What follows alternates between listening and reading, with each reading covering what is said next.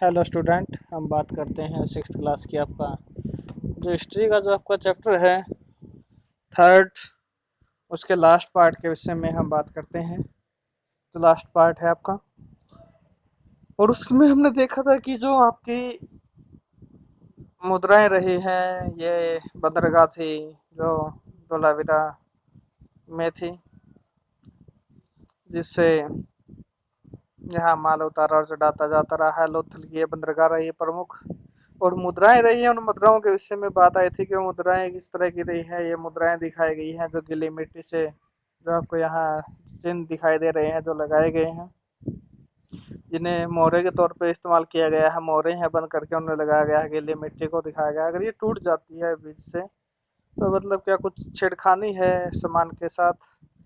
अगर ये ऐसी की ऐसी रहती है तो किसी प्रकार की कोई छेड़खानी नहीं है सामान के साथ।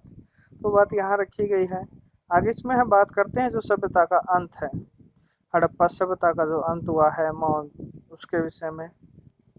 लगभग 3900 साल पहले एक बड़ा बदलाव हमें देखने को मिला, और आज भी अगर हमें कुछ बदलाव, क्या बदलाव है, वो प्रकृति में बदलाव है, वो नेचर में बदलाव है, वो पर्यावरण में बदलाव हमें देखने को मिलते हैं, जिनकी वजह से मानव जाति है या फिर जलीय जीव हैं या फिर वनों के जो जीव जंतु हैं उनको हानि है बहुत पहुंचती है।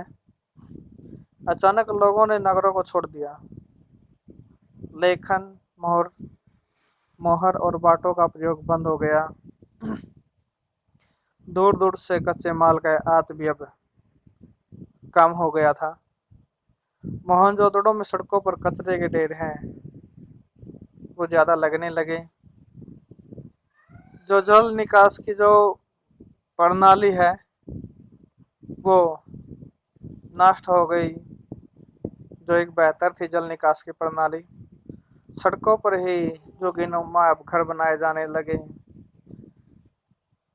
तो इस तरह की कुछ घटनाएं हैं वो घटी। यह सब क्यों हुआ कुछ पता नहीं है। मतलब कोई कुछ कह सकता है, कोई कुछ कह सकता है, कोई कुछ और कारण दे सकता है। तो यहाँ पे कुछ विद्वानों का कहना है कि नदियां सूख गई, कुछ का कहना है कि जंगलों का विनाश हो गया। इसका कारण ये हो सकता है कि ईंटें पकाने के लिए ईंधन की जरूरत पड़ती थी, और इसके अलावा मवेशियों के बड़े बड़े झुंडों से चरागाह और घास वाले मैदान समाप्त हो गए होंगे। तो अनुमान है, सिर्फ ऐसे लगाए जा रहे हैं कि ऐसा हुआ होगा। कुछ इलाकों में हो सकता है कि बाढ़ आ गई हो, लेकिन इन कारणों से स्पष्ट नहीं हो पाता कि सभी नगरों का अंत हो गया हो। मोहनजोदड़ो की बात कर रही हैं, हड़प्पा की बात कर रही हैं, क्योंकि बाढ़ और नदियों के सूखने का असर कुछ इलाकों में शायद हुआ हो, सभी में तो नहीं हो सकता। ऐसा लगता है कि शासकों का नियंत्रण समाप्त हो गया हो। जो भी हुआ हो, परिवर्तन का असर बिल्कुल साफ दिखाई देता है कि कुछ ना कुछ तो जरूर हुआ है ऐसा, जिसकी वजह से ये सभ्यताएं नष्ट हुई हैं। आधुनिक पाकिस्तान के सिंध और पंजाब की बस्तियां उजड़ गई। कई लोग पूर्व और दक्षिण के इलाकों में नई और छोटी बस्तियों में जाकर बस गए। यहाँ एक और दिया गया है, मिस्र के पिरामिड यहाँ दिखाए गए हैं। रेगिस्तान है। लगभग 5000 साल पहले मिस्र में शासन करने वाले राजाओं ने सोना, चांदी, हाथी दांत, लकड़ी और हीरे जवाहरात लाने के लिए अपनी सेनाएं उन्होंने दूर दूर तक भेजी। जहाँ ये चीजें मिलती थी वहां उन्हें भेजा गया,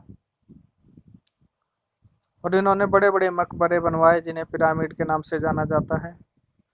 मकबरे मतलब जो राजा मर जाते थे उनके शवों को जो दफनाया जाता था, यहाँ उनके शवों को दफनाया गया है, वो बातें यहाँ हैं। इनके साथ और भी चीजें जो दफनाई जाती थी, जो उनकी थी, उनके खाद्य पदार्थ, पेय, वस्त्र, गहने, बर्तन, वाद्य यंत्र जो बजाने योग्य थे, हथियार, जानवर शामिल थे। कभी कभी शव के साथ सेवक सेविकाओं को भी दफनाया जाता था। दुनिया के इतिहास में शव को दफनाने की परंपरा को देखते हुए मिस्र में सबसे ज्यादा धन दौलत खर्च किया जाता था, वो बातें यहाँ हैं। तो इस तरह हमारा ये चैप्टर कंप्लीट हो जाता है। धन्यवाद।